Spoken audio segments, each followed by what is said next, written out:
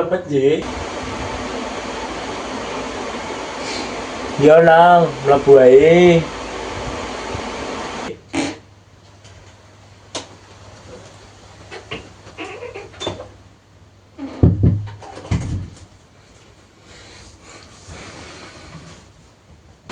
Ana apa le? Niki Pak, kala wau wonten tangga maringi ulem kadosipun putranipun badhe krami. Oh alah ngono. Ya wis, ndi uleme engko tak omongke sik mbek Ibu. Niki Pak ulemipun.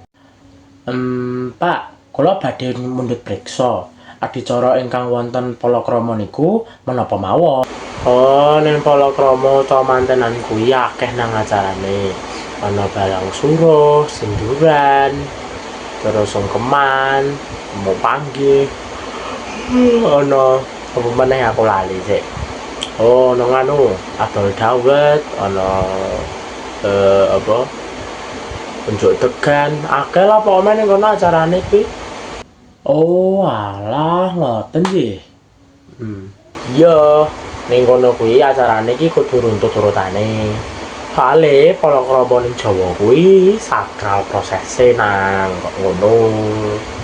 Oh, ngoten nggih, Pak. Pak, kula badhe mundhut priksa melih. Sinduran menika menapa nggih?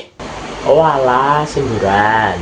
Sinduran kuwi adicara palakrama sing carane manten kakung mbek manten putri digawa menyang pelaminan nganggo kain warnane abang karo putih.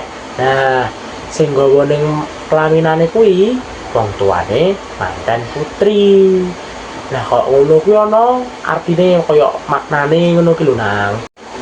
Maknane kuwi manten kakung karo manten putri siap ngadepi tantangan urip bebarengan lan didukung karo keluargane kabeh.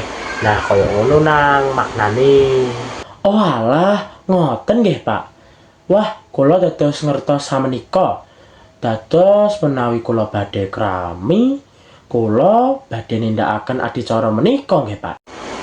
Ya iya to ya, sesuk kaya nek rapi kaya ngono nganggone, kudu runtut acarane to ya.